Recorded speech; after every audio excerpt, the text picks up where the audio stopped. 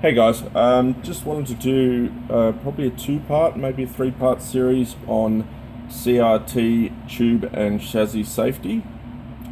I should have done this ages ago, but yeah, so here we go. This is a basic chassis, as you can see here. I'm doing this one on my test bench. Later on I'll show you a chassis in an actual real machine so you can see what it looks like exactly. But I wanted to do this here, that way I can explain a few things and it's relatively easy and you can see everything, which is great. So here we have a chassis. This is a Naneo. This is very popular in Australia. A lot of machines have them. So it's possible that you may actually have one of these in your cabinet, which is really cool. This is the high voltage from the flyback transformer, and this connects onto the anode on the back of your CRT. This is mainly where all the high voltage is. Chassis are dangerous. They can kill you.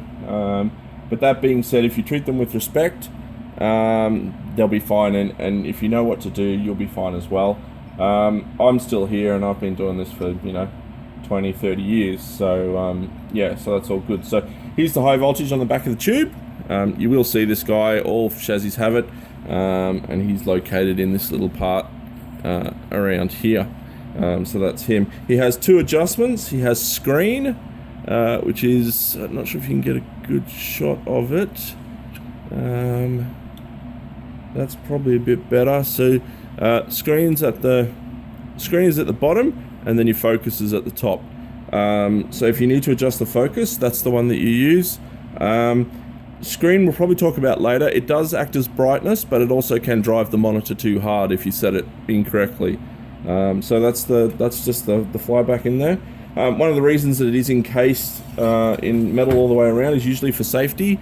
If they get cracks in them, which they can do, they can arc out, and instead of arcing to you or arcing to your machine, they'll just arc to the outside here, which will blow the fuse and turn off the power, and everybody will be okay. So basically, when a chassis is in a machine and it's running, you really shouldn't touch any of it. Even the heat sinks, some of these can be live. They shouldn't be. Normally when you design circuits and build circuits, the heat sinks are usually always ground, but that's not always the case with chassis, so don't even touch them either when the chassis is on. The only bit you should be doing is doing any adjustments, and that's it. Now when you do that, I forgot to explain the neck board. This is the neck board. This guy plugs onto the back of the tube and takes all your RGB signals, etc., into the tube. So every chassis obviously has one of these guys. Some of these have adjustments for your red, green, and blue. The Naneo doesn't. They're on the actual chassis down here, but some will have it on the neck board. So if you can't find them on the actual chassis, like this one, have a look on the neck board, and that's probably where they're hiding.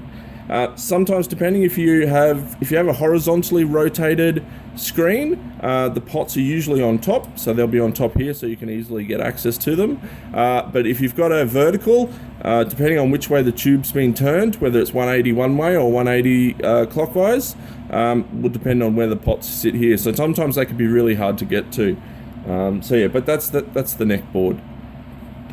So yeah, so when this guy's on, you shouldn't be touching any of it. The only part that you should be touching is the adjustment pots, and that's it. And even then, I recommend you use one of these little guys.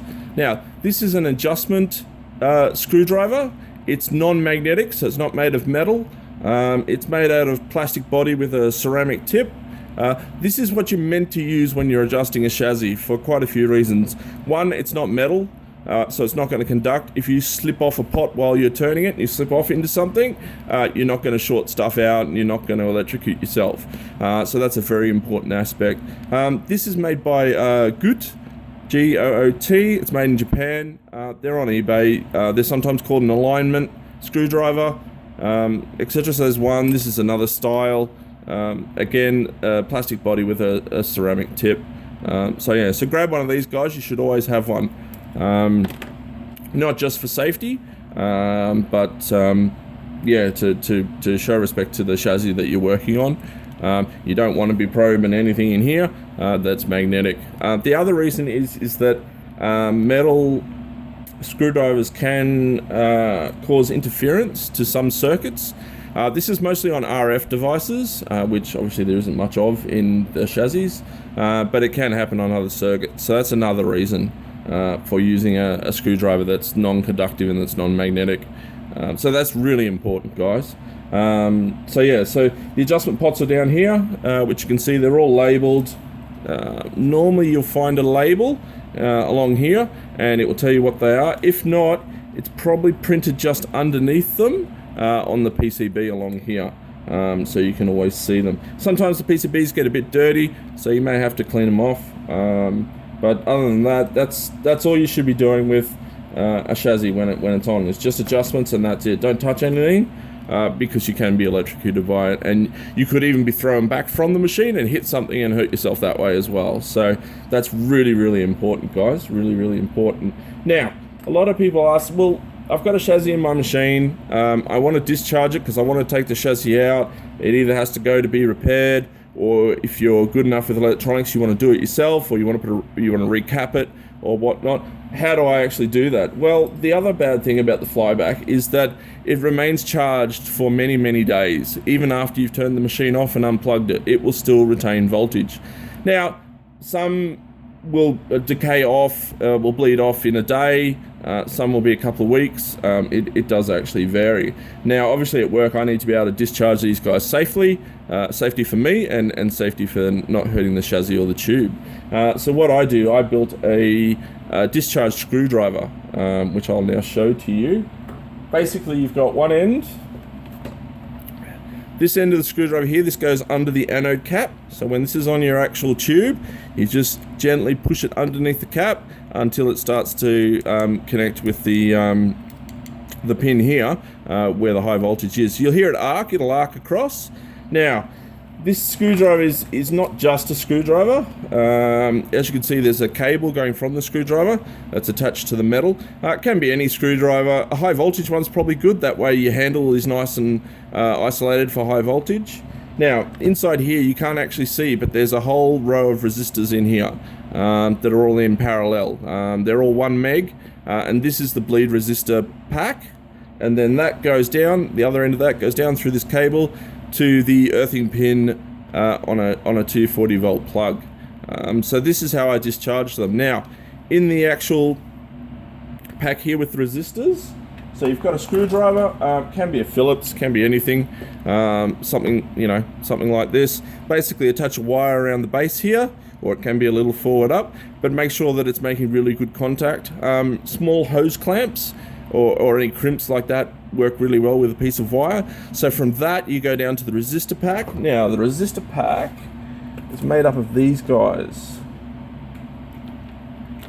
These guys here. These are 5 watt, I think, from memory, 5 or 10 watt, and they're 1 meg each, 1 meg ohm. Now basically what do you get? A couple of them, 3 or 4 is probably fine. Grab them all together in parallel. So let's just do 3. I'll throw in another one for 4. Grab them like that. So what you want to do with all the ends, so just hold them like that. You want to twist all these ends together. There we go, like that. So that's all nicely twisted together, and do it to the other end as well. So there we go. So there's your little resistor pack.